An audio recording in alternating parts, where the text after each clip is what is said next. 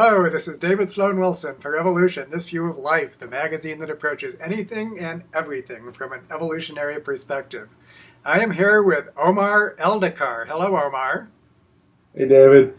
Omar, you are my former PhD student and a force to be reckoned with in your own right.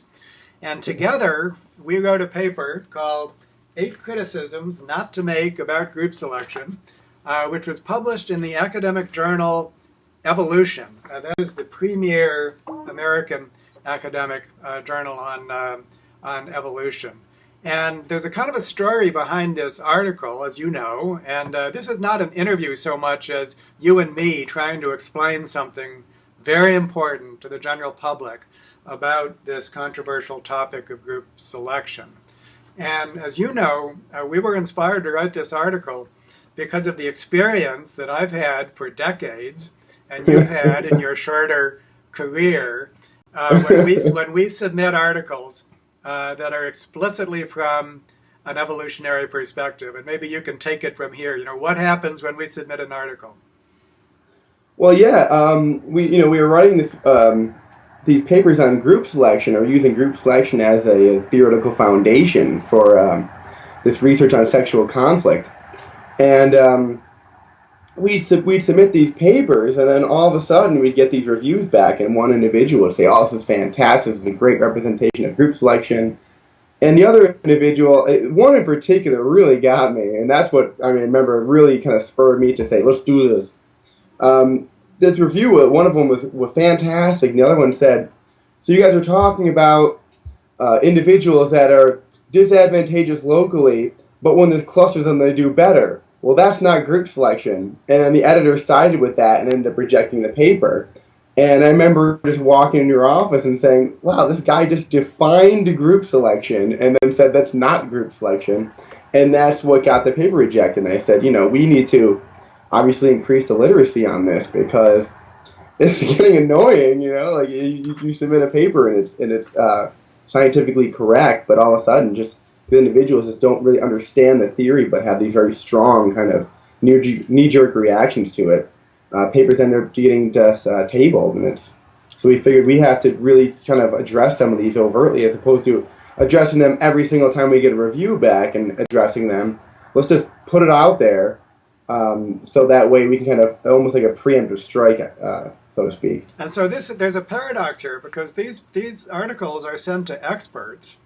Yeah. And the people are experts in their respective fields, but they're ignorant, sometimes decades out of date, about what they think about group selection. And let me just elaborate on that a little bit. Everyone who actually studies group selection per se, or any other topic directly related to group selection, such as inclusive fitness, they have come to a certain understanding about group selection about which there is no disagreement. And we're about to list 8 of these things, that there's no controversy among people who study group selection per se. But if you study something else, and sexual conflict is a good example. Sexual conflict is its own subject. It has been studied from different perspectives, not necessarily from a group selection perspective. So the problem comes when somebody such as yourself writes a paper on one subject, sexual conflict, from a group selection multi-level perspective. That gets sent to experts on sexual conflict, but those people are not well informed about what's been happening on the subject of group selection for the last decades. And so they end up saying what they learned in college, right? Oh yeah, yeah, and it's one thing that it's very different in face-to-face encounters, because I've given talks on this topic plenty of times on the sexual conflict. And usually at the end, someone who's an expert in some other field will usually pop up and say, "Oh, I follow all the logic, I agree with what you're saying, but that's not group selection." And I just say, "Oh, well, of course it is." And then we discuss it a little bit, and then they're on board. And you can do that in face-to-face encounters, but in the review process, you don't get that kind of back and forth as much. So when someone just pops up and says, "Well, that's not group selection," then that's it. I mean, if the editor also carries that same mentality, then that's it. Then the paper's gone. So it is one thing that it's very fixable in face-to-face encounters, but not really so much in the review process. It's a whole other animal. And that's something that myself and you try to do all the time when we give talks and people, jump up and say something. You usually try to just have a back and forth with them and try to correct it. But in the review process, we don't have that opportunity. So we definitely took this step to try to get this done.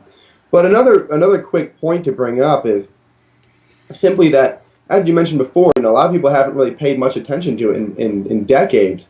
And that's because they were essentially told not to. Once group selection was just wholesale dismantled in the 60s, all people knew was about group selection was that it was wrong. And they didn't really understand anything about it or why it was wrong at the time or what was going on. They just knew that it was wrong. And that's really the only piece of information that they had, is that, oh, well, when they say group selection, it's wrong. Or they'd be given little memes about why it was wrong. And actually, we're going to see this when we go through the 8 criticisms not to make about group selection. We're going to see like memes that were taught about why it's wrong and have been transmitted faithfully as memes, but there's not much thinking behind them. We'll get into that. And Omar, your laptop's shaking a little bit, so just try to keep your hands off the table or whatever. I'm so nervous.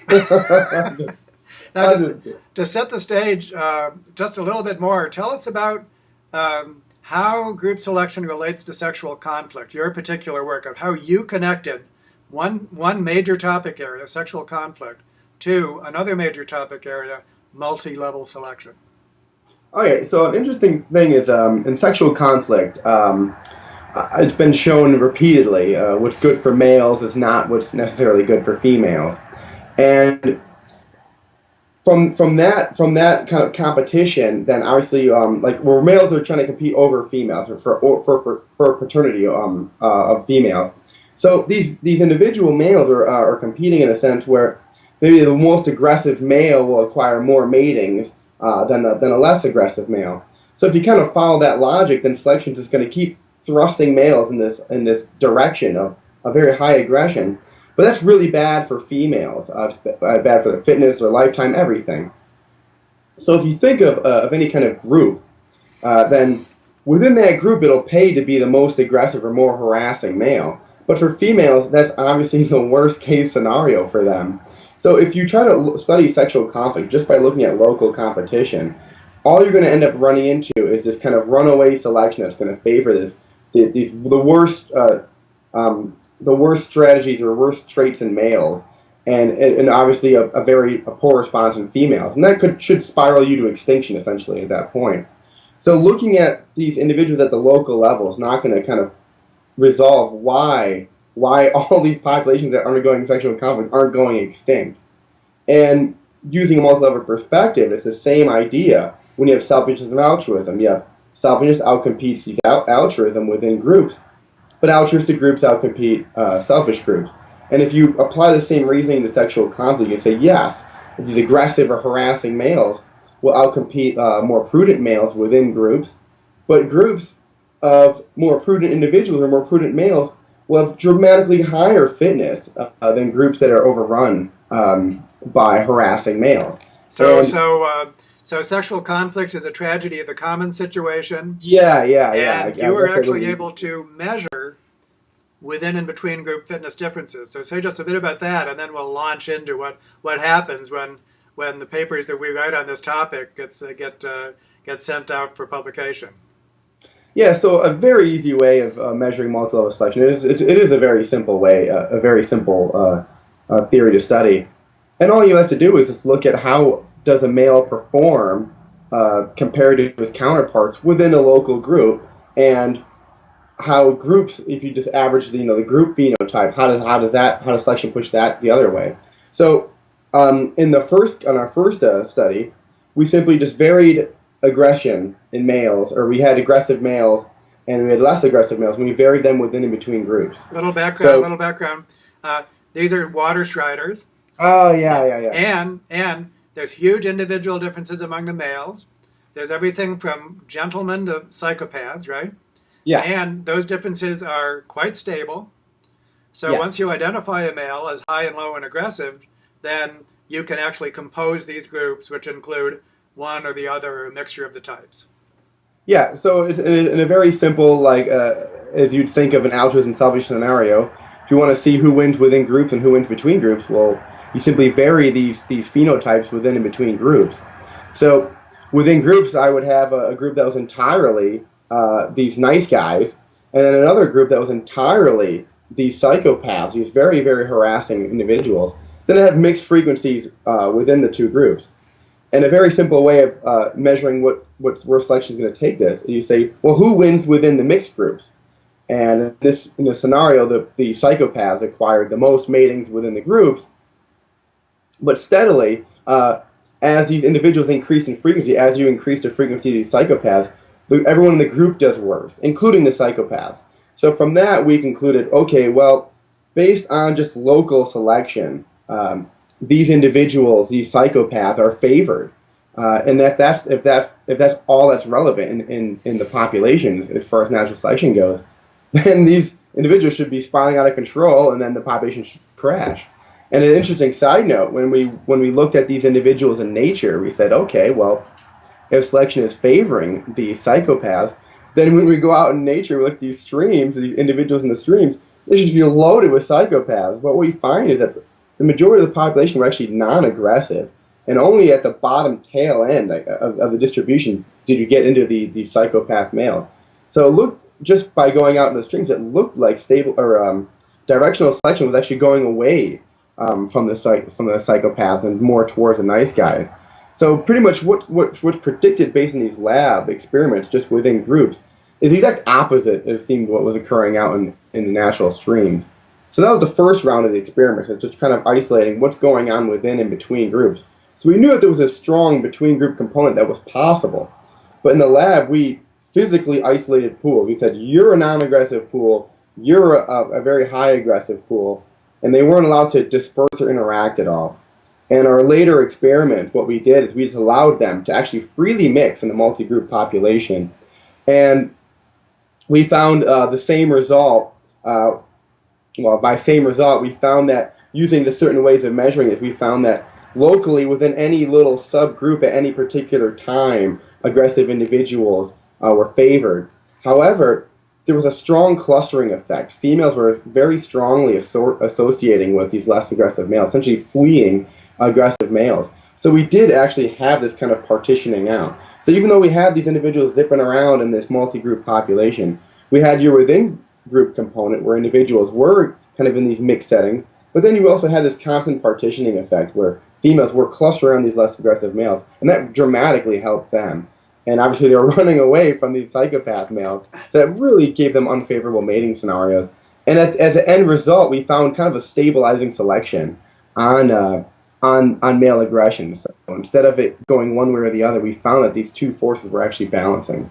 Right, and so the psychopathic males were free to disperse also. Everyone's free to disperse. Oh yeah. But it was just the way it all settles out is that the net effect of dispersal is to substantially increase variation among groups. The variation among groups that we created, or you created, in the earlier experiments were created by the animals themselves in the second version of the experiment with free movement among groups. So that says, and it was just as strong. And I should point out, it was just as strong. The partitioning of individuals on their own when they're allowed to disperse and self-assort, that partitioning of variance was just as strong as if I set up these pools and kept them isolated. So right. So here we have this tremendous story to tell, wonderful multi-level selection story. We write it up, we send it out. Half of the reviews come back and they say, this is awesome, what a great example of multi-level selection. And half of the reviews say, love the story, but what does this have to do with group selection? Yeah. Now I have some quotes. These are actual anonymous reviews, and these are experts on the topic of sexual conflict. But what they know about multi-level selection, well, we don't know. Okay, so please remove all references to group selection. Significant or not, group selection is not going on here. It is all very well to look at success within and between groups, but can you really extrapolate this to group selection? What the authors show is not group selection, but rather that mating success depends on the social environment. This is a controversial topic, worthy of a mention, but not worthy of an extended discussion because it is largely lacking in both formal theory and empirical support to justify it. I am not sure how this behavior can be maintained under a group selection scenario unless there is no dispersal and populations frequently go extinct. Now, all of these actually reflect criticisms which no one who knows about group selection in its modern form would make. And so that's why we wrote the paper, and we summarized these erroneous criticisms. There's 8 of them, and I think what we're going to do now is we're going to walk through these 8 criticisms, and just to reinforce why nobody should be making these criticisms. We're trying to stamp out these criticisms, and the fact that they exist among the experts is one reason why it's so important to stamp it out. This is not something like, the students have to learn and all the professional evolutionists know. This has to be stamped out at the top, okay? All right, here we go. I got some visual aids here. You'll have to read it, Omar, because I'm facing away from it. So, all right, number 1. Okay. Yeah, there you go. The fact that a trait evolves in the total population is an argument against group selection. Don't do and it. That's the big one. That's the one that pops up all the time. And I guess the best way to stamp that out is that when we're talking about group selection or multi-level selection, we're always talking about that at the end of the day, the strategy that has the highest per capita fitness on average in the population is going to be the one that's favored. And that's it. That's hands down. So it's not like group selection is favoring some unfit strategy and it's somehow going against natural selection. No, it's just a part of it. So when we say that a strategy that confers the highest per capita fitness at the end of the day, all things considered, that strategy is not necessarily the one that has a local advantage within any particular group. And I guess the best way to describe it is when I was using the pie example. So if you consider that individuals are competing over a pie or a slice of the pie, then within groups, an individual, you can have multiple strategies. Let's say you have a selfish strategy that says, I want the largest slice of that pie, and it will fight for it. And by its fighting for that largest slice, it's actually shrinking the entire size of the pie for that group. Then you have another strategy that says, well, I really don't care about my relative share of the slice of pie. I want to make the whole pie bigger for the group. Well, natural selection is going to select for which strategy at the end of the day has the largest slice of a pie, period. Not the largest slice compared to his buddies that are around him. No, who has the largest slice on average at the end of the day? And that can obviously be achieved one of 2 ways. It can be achieved by trouncing your local competitors and having the largest slice of this pie. But if that happens and you're way too aggressive in trying to get that largest slice and you shrink your little pie so tiny, the largest slice of that pie might be nothing compared to a losing slice of a more cooperative group that has a larger pie. So we're saying at the end of the day, who's got the largest slice? Or what strategy has the largest slice on average. And obviously it could be one or the other. There's a lot of other factors that play into it. But the bottom line is natural selection is not only concerned about who has the largest slice relatively within a group, it's also concerned with the overall size of the pie. Right. So and when we talk about group selection, we're talking about that size of the pie. And that's what we mean. So basically when we talk about a trait evolves in the population, we're still talking about a trait that has the highest per capita fitness. And then that might be achieved through group benefit or through undermining the group benefit. So to summarize, the central question of group selection has always been, how can a gene evolve in the total population despite being selectively disadvantageous within groups? When that happens, of course, the gene evolves in the total population. So the only way that you can make a determination about whether group selection is operating is to compare what evolves in the total population with what is locally favored, what is being favored within single groups. And unless you make that comparison, there is simply no way that you can say, you do not have the information to say whether group selection is taking place or not. And that fundamental distinction is going to appear in some of these other criticisms. So Oh, yeah. criticism number 2, here we go. All right. Okay. If a trait increases the absolute fitness of an individual, it does not require group selection to evolve. I know this is one of your favorites. I'll take it. Shall I take this one? Yeah, you can take this one. I'll jump in if anything. So once again, I mean, imagine that I'm in a group and I do something that's good for all of us. Me too. But it costs me time, energy, and expense. If we focus on my net benefit, it might be positive. So yes, I did increase my absolute fitness by what I did.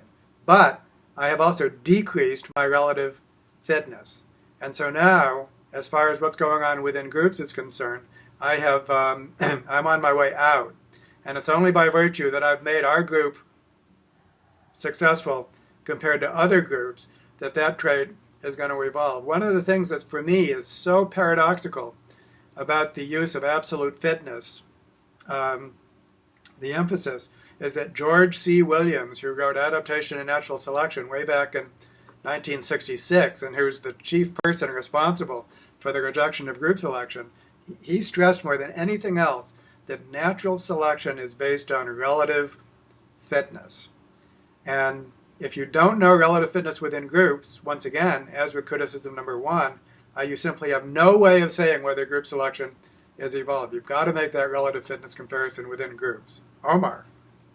Well, the best way I like to describe this to some people is saying, if I gave you the option where you can win the lottery, and if you choose that option, everybody else in the world wins the lottery but wins twice as much as you do, then would you do it? And I mean, my answer would obviously be no, because that just means I just became half as poor as everybody else in the world. So I increased my absolute fitness by choosing to, say, win the lotto, but I decreased my relative fitness compared to everybody else. So my trait is not going to evolve, essentially. So absolute fitness in this case doesn't matter at all. And if you think of the reverse of it, a behavior such as spite, where I will take on a cost, I will take on this a fitness cost, and reduce my fitness actually in the process, but I'll reduce everybody else's fitness by more. Then, if it's across the population, then yeah, you should do that too. So, in both of these cases, these individuals, you want to increase your relative fitness. One results in decreasing your absolute fitness, and one results in increasing your absolute fitness. But the bottom line is it's not about absolute fitness, it's about relative fitness. So usually when that criticism comes up, you just kind of scratch your head and say, where did this absolute fitness kind of thing come from almost? But it's all about relative fitness. How are you doing relative to everybody else? And this is huge because so much thinking in economics is based on absolute fitness. There's a new book, new book by Robert Frank called The Darwin Economy, which makes this point. And people, real people, often are governed by relative fitness comparisons, not absolute fitness comparisons. If you give a choice between living in a $600,000 house in a neighborhood where all the other houses are $400,000, or an $800,000 house in which all the other houses are $1 million, many people choose the $600,000 house because that puts them at the top of the heap. And so if you know anything about evolution, you've got to know that it's about relative fitness. And with multi-level selection, we're comparing relative fitness in this nested fashion. All right, here's criticism number 3. Oh, this one. Conceptualizing the group as a social environment of the individual is an argument against group selection. No, it is not. Go for it. And this one really kills me. As you know, I always send you an email when I come across this. And basically, when we're talking about group selection, we're talking about the social environment. It's just when people want to not use the term group selection, they say social environment instead. So yeah, I really, and you might have a slightly different take on this, but I really think that this criticism comes up because of this kind of blanket rejection of group selection back in the day, where individuals didn't even know what it was. So you have a lot of professional scientists nowadays kind of rediscovering the logic of group selection on their own because it's a very intuitive idea, and they're kind of rediscovering it on their own, and they're thinking, oh, this is a brilliant idea, and they throw some new name on it, and then they publish it out there, and they just call it something else. You know, you can call it, you know, the social environment or whatever, because nowhere in their schooling or in their head did they say, wait, this is a group selection, because they don't know what group selection is. And the best example, or not the best, it just happened to me so recently. I was at a talk, and they were talking about this tug of war model, and I'm really sorry to put a couple of researchers on blast here, but the whole model was written in the terms of the net product of selection in a population is a result of the balance of a within group tug of war and a between group tug of war. And I just had to read through this paper more thoroughly, and I just actually found that if you just take the words tug of war and find and replace them with selection, you have a very old multi-level selection paper. And that's the same idea as where from when I see this criticism, I generally think it's just because everybody agrees with the logic of group selection. You know, if you explain to someone without using the terms group selection, they'll be right on board with you. They'll be like, oh yeah, it's great. But right when you say group selection, they just go, ah, and they jump back. So you can just literally throw the logic of group selection out there and then just call it something else, and it will just take off because people will love it. So that's my take on it. So basically, if you call group selection something else and then say group selection is wrong, then no, that's not a criticism against group selection. Well, here's another way to put it. Richard Dawkins in the Selfish Gene portrayed the individual as the social environment of the gene. Yeah. So you can take something that everyone agrees is an adaptive entity, an individual organism, and you can portray it as the social environment of the gene. Now, I want to be clear, that is not wrong. In fact, that can be very insightful. But please don't treat it as an argument against group selection. In the case of genes within individuals, the fact that you can treat the individual as the social environment of the gene does not refute the fact that the individual is the vehicle of selection. That's how it would be put within selfish gene theory. Or the unit of selection as it would be put within multi-level selection theory. When we frame shift upward to individuals and groups, yes, you can talk about the group as the social environment of the individual, but that says nothing whatsoever about the group as a unit of selection in multi-level selection terms. And because we have all of these different theoretical frameworks, which it turns out are describing the same thing, then you need to be able to translate amongst these theoretical frameworks. That's what's called pluralism and equivalent. Right. The idea that these different theories of social behavior have become sufficiently general that all of them are describing the same basic thing, and we need to be able to translate between their definitional frameworks. And that leads right next to the next one. You'll see that there's a common theme here. So here comes number 4. I'm ready for it. Frequency-dependent selection is an argument against group selection.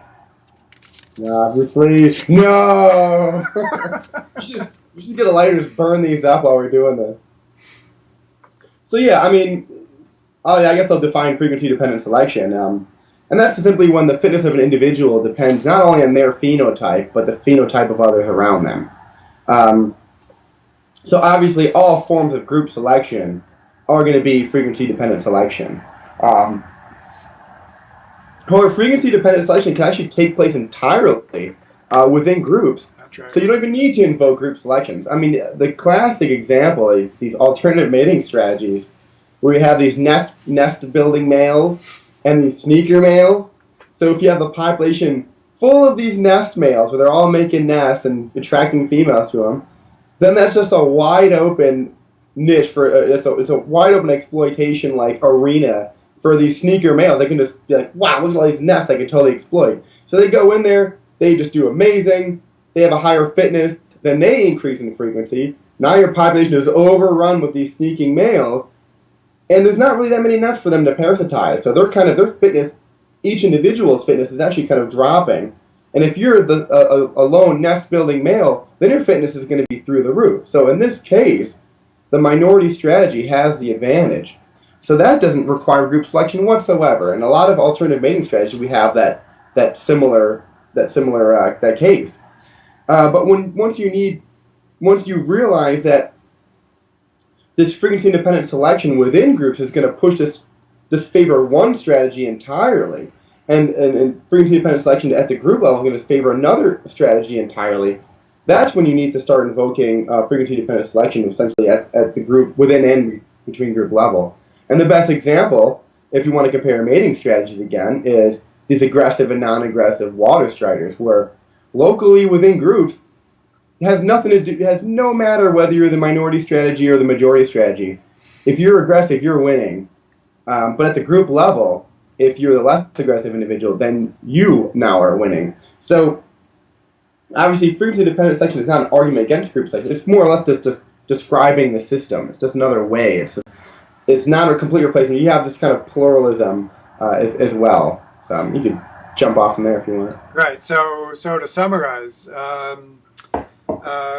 so there's frequency-dependent selection, and if it's not frequency-dependent selection, that means that your fitness is just based on what you do, and not what anyone else does. So any social trait is an example of frequency-dependent selection.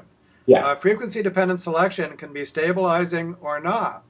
And altruism and selfishness within a single group is a good example of frequency-dependent selection that is not stabilizing. So basically, if you're in a group with altruist and selfish individuals, your fitness depends on who else is in the group. That makes it frequency dependent. But it's always the case that selfish types are more fit than altruistic types, and so selfishness wins at the end. So with multi-level selection, what we have is definitely we have frequency dependent selection, but a certain kind of frequency dependent selection. There's many forms, as you just said, of frequency dependent selection that are not do not involve group selection. So the idea that just because it's frequency dependent, it's not group selection, that's just hogwash, right? Yeah. And so that's what we're trying to get across here, is that there's certain criticisms about group selection that no one would make if they knew about the topic. And yet, we get these comments by the experts on other topics. So this is the problem that we're trying to solve with this paper and with this video cast. Okay. And a lot of it, by them just saying frequency dependent selection is an argument against, and a lot of that is just because they never learn any negativity associated with frequency dependent selection, but they hear group selection and just like, you keep that over there. So you can write something just fine and frame it in terms explicitly of just talking about frequency dependent selection. You don't even have to use the term group selection.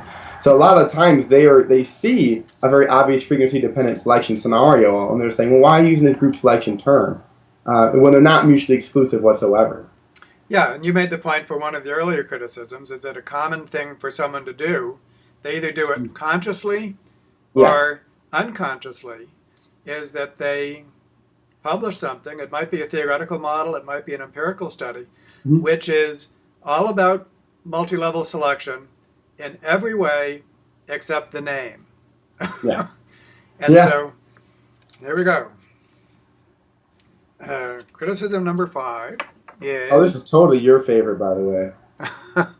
The fact that a trait can be measured in individuals means that it evolved by individual level selection. This one is all you. You, dude.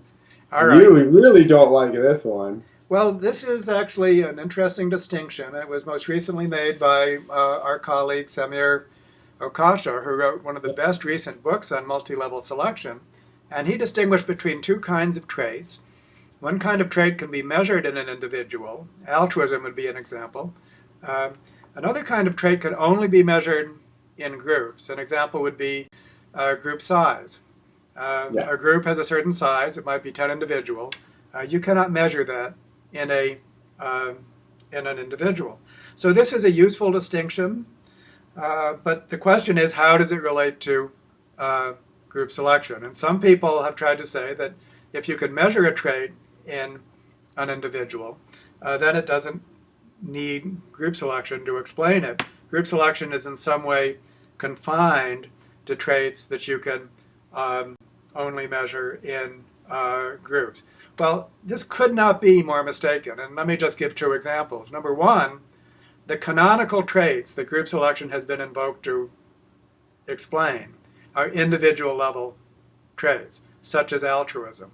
So it's difficult to say that the canonical traits that group selection have been invoked to explain somehow don't count as an example of group selection just because you could measure them in individual. And point two is that for traits that could only be measured in groups, those traits can evolve purely by within group selection. And we have good empirical examples of this. For example, the work of Michael Wade, some of the early work on group size in flower beetles.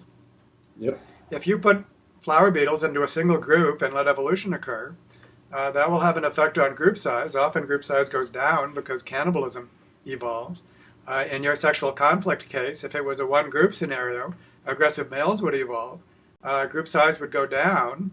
That's a trait that you can only measure in groups. But in this case, no group selection would be involved. So bottom line is that your ability to measure whether a trait can be measured in individuals or groups is irrelevant, or let us say orthogonal, to the question as to whether group selection is involved in their evolution. And another thing that really gets people too is it kind of piggybacks on this idea, is that because the individual is the reproductive unit, for some reason that we can't invoke group selection. So that's another that's kind of another one that kind of piggybacks with that a little bit. They're saying, well, the individuals are the ones reproducing. Why do we even need group selection? And then you could look at something like the social insects and say, well, the queen's the one reproducing. But clearly it's all about how well the colony is doing.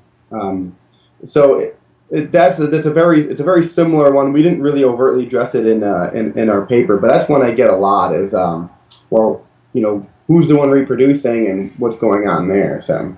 Right. All right. Number 6. Oh, yeah. Bring it. This one's awesome. Group selection is theoretically implausible, which means we are out of jobs, David. All right. Why don't you begin on that one? All right. Well, one doesn't even have to look any further than Hamilton's inclusive fitness theory. I mean, later on, he said, hey, this is a group selection model, essentially. And so I guess there you go. I mean, that there's a theoretical model of group selection, and so it's pretty plausible, I'd say.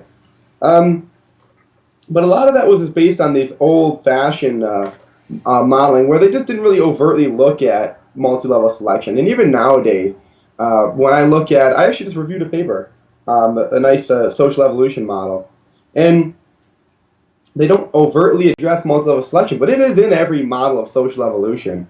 And it's a really interesting way of checking, because it might not be addressed by the author or might not be overtly mentioned in the paper.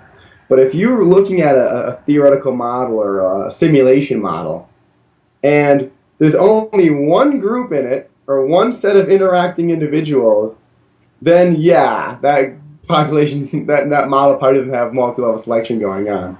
But you would be hard-pressed to find any sort of simulation on social evolution that doesn't have some kind of nested feature where you have this population with multiple groups within it, or just kind of large mixing group, but individuals are pulled from that to have an interaction, then go back, and then pulled from that.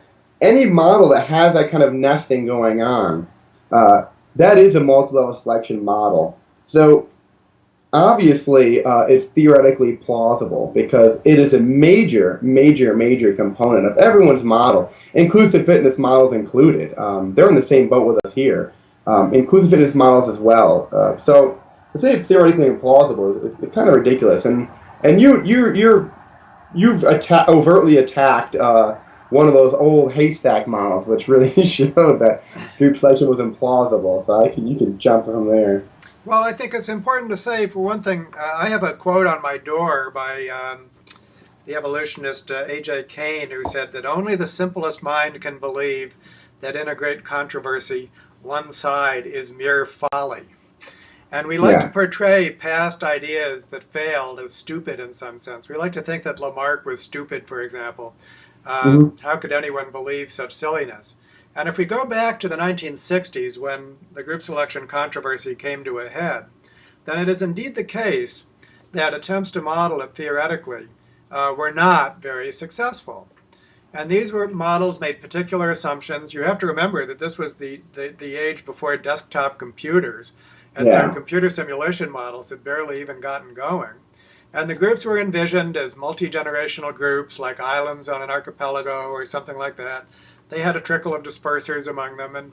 And this handful of models indeed indicated that it was difficult to explain how between group selection could be a force that's comparable to within group selection.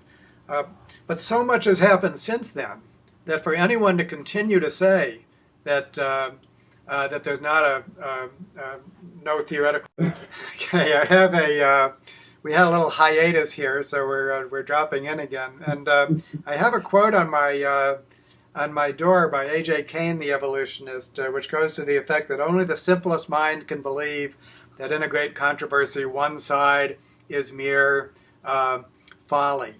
And we have a great tendency for past controversies to think that the losing side was just plain stupid. We think that Lamarck was foolish to think about the inheritance of acquired characteristics and so on. If you go back to the beginning of the group selection controversy, or when it came to a head in the 1960s, it is indeed the case that the theoretical models at that time seemed to indicate that group selection was implausible, that within group selection would be stronger than between group selection. Those models typically assume that groups were like islands in a archipelago with a trickle of dispersers. There were multi-generational groups and so on. So no shame for a group of people deciding that something like group selection probably doesn't work. But when times change and when models change, then why the field can't keep pace with those changes, that's what's so strange and special about the group selection controversy. All right, so are you ready for number 7? Oh yeah, let's boogie. All right, related to the first. Number 6. There we go. All right, there is little empirical support for group selection. Clearly not the case, because I have a job right now. So, I mean, obviously, of course, there's empirical evidence of group selection. All you have to do is just Google it. Just go to Google Scholar and type in group selection and see what pops up. But anyway, I actually have a little list here of just some empirical work that revolves around group selection. I'm just gonna name the various topics they study. One, cancer research, disease evolution, eusociality, major evolutionary transitions, which is all about group selection.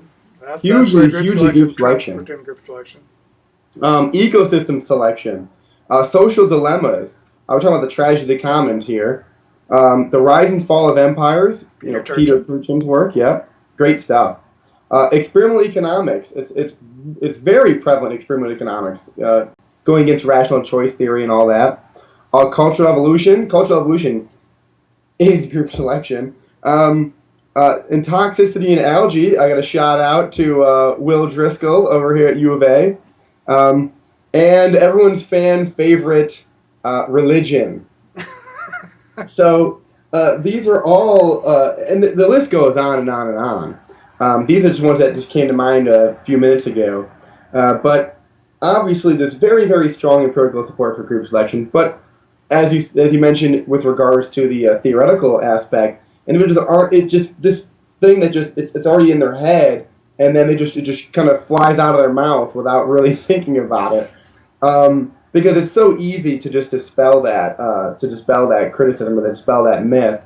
But for some reason, like you said, group selection is very special because it has this kind of pull and this weird case where individuals are very resistant to even going against something as ridiculous as saying something like that. And again, we're all scientists here.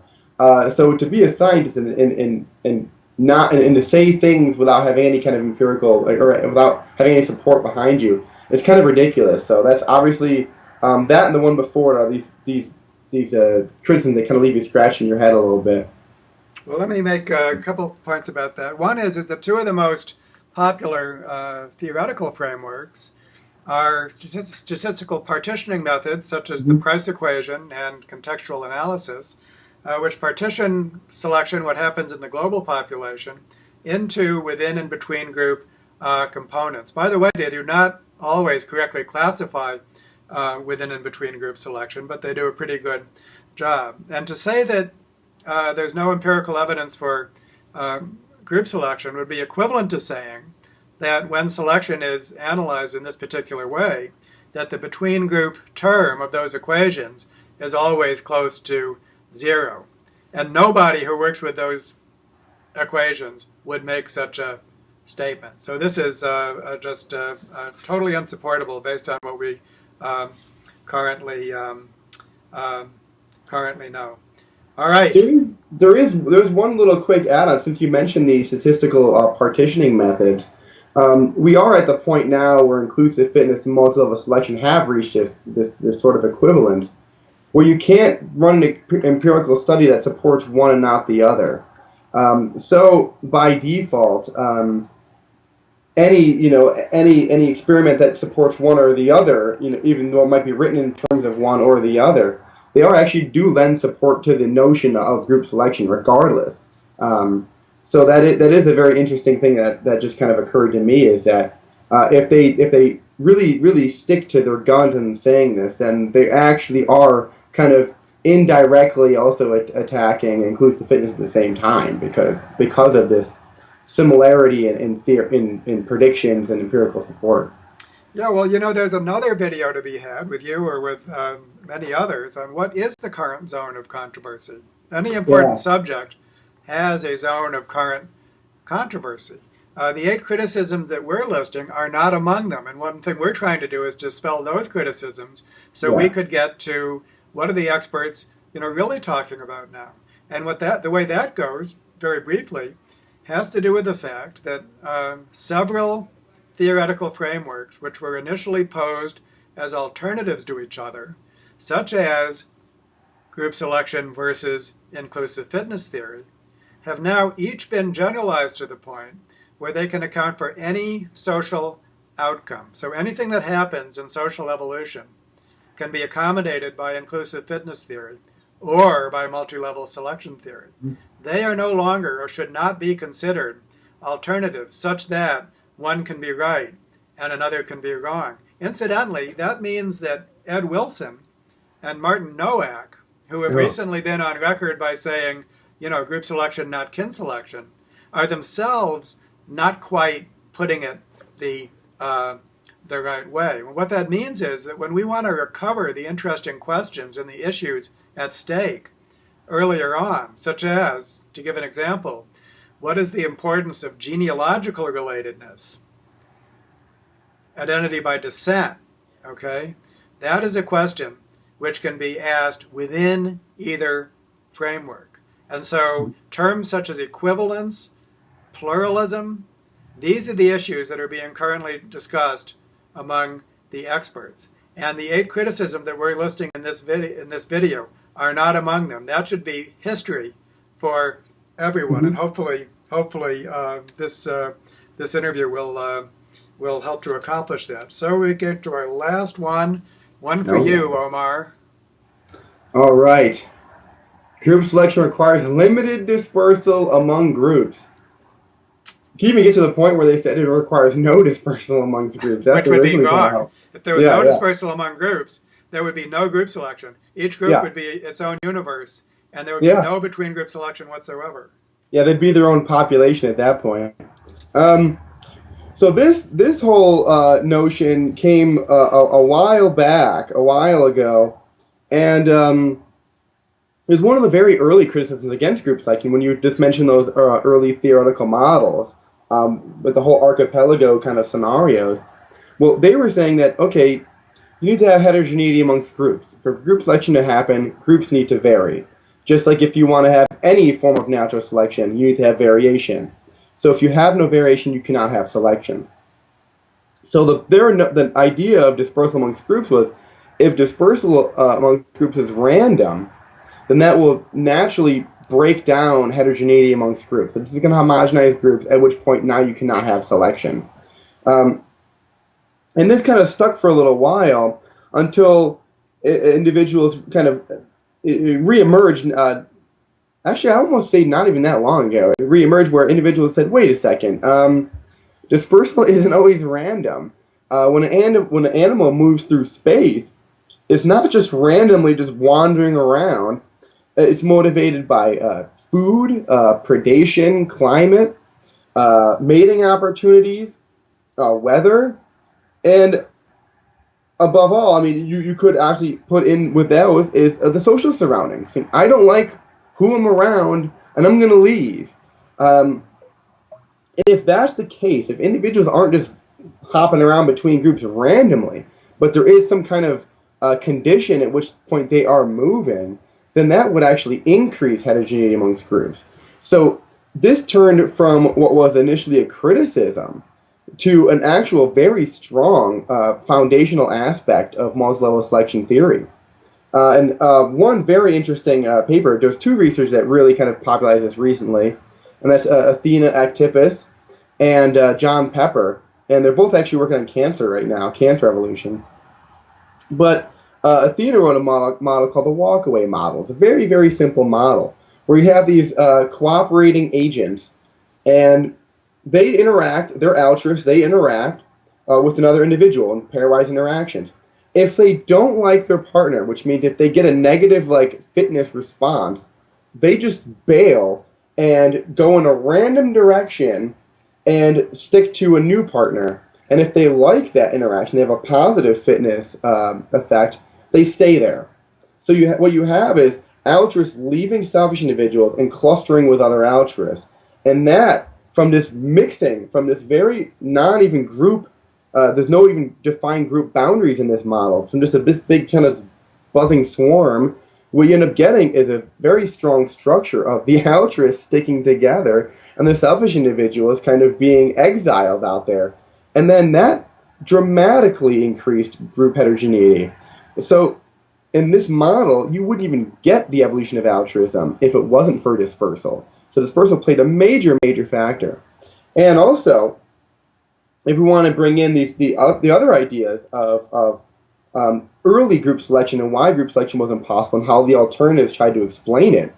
And like you mentioned before, Hamilton's whole idea as far as inclusive fitness theory and also Maynard Smith's kin selection, the whole idea is that if you have a related set of individuals, then by default, they're going to be different than another group, so another family. So if you're going to be more similarly related to your family than you are to those individuals over there in that family. So that's how they kind of reconciled this variation amongst groups.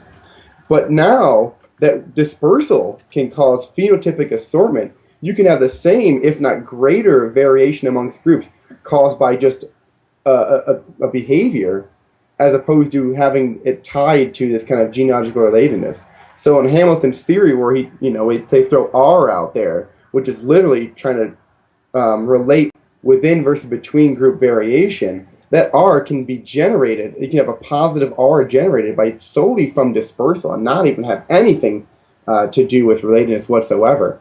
So again, from dispersal, going from a very strong criticism against group selection is now very foundational. And that's the foundation of what I research at the same time. Right. So to summarize, group selection does require phenotypic variation among groups. It also requires that phenotypic variation be heritable. Mm-hmm. And that can be accomplished that clustering basically can be accomplished in a large number of ways, of which genealogical relatedness is one. Random dispersal would tend to erode phenotypic and genetic variation, but non-random variation can increase it, and that can account for another positive mechanism for group selection. That's what we know now. That's what any knowledgeable person knows now. And what happened was that the reasonable conclusion from decades ago, which only included random dispersal, was kind of frozen into a meme, which then got transmitted somewhat unthinkingly from generation to generation, and then it reappears on reviews of journals, basically, and fails to reflect what's been happening over the decades. That's what makes the group selection controversy so strange, basically, and so I'd like to think anomalous in terms of the way science should progress and what we're trying to counteract. Yeah, it truly does seem that in our field, in the field of social evolution, you're almost better off not knowing what happened in the last few decades than actually knowing it. I mean, obviously, you should be informed of what's going on. Anyone that's reviewing a paper in social evolution should, before they make a comment, should know, well, what am I saying? Is it backed up? Can I actually throw the idea out there like, well, you have dispersal between groups? That's bogus. It's not group selection. There should be a point at which a reviewer shouldn't make that comment unless they're sure of it. And but obviously, the reason we wrote this paper is because reviewers, everybody, it makes this mistake, and the editors themselves make the mistake. And the basic thing that we're trying to support here, or kind of push individuals to do, is just to kind of go through these criticisms or read this paper and really understand that these criticisms should be tabled. They're gone now. And now let's move on to some legit criticism so we're not all just kind of spinning our wheels and wasting time. Yeah, and it's not as if, when you're a multi-level selectionist, you know that group selection happens some of the time, but not all the time. Mm-hmm. That was never the claim. It's always a case of making determination on a case-by-case basis. And if you look back to the original rejection of group selection and the idea that something as like between group selection can be categorically weak, never be significant, in retrospect, we can see what a strange conclusion that was, and how all we're doing is making a determination on a case-by-case basis, and let the chips fall where they may. There's many cases in which group selection will be weak compared to within group selection, and then there'll be other cases. Basically, let the chips fall where they may. All right, my friend, that was fun. Yep, fantastic. Seeing you again, and I'll see you in a few months. We got a little high five thing. Yeah. Are we on this side? I think so. If not, I'll go this side too then. All right, this is David Sloan Wilson signing off for Evolution, This View of Life.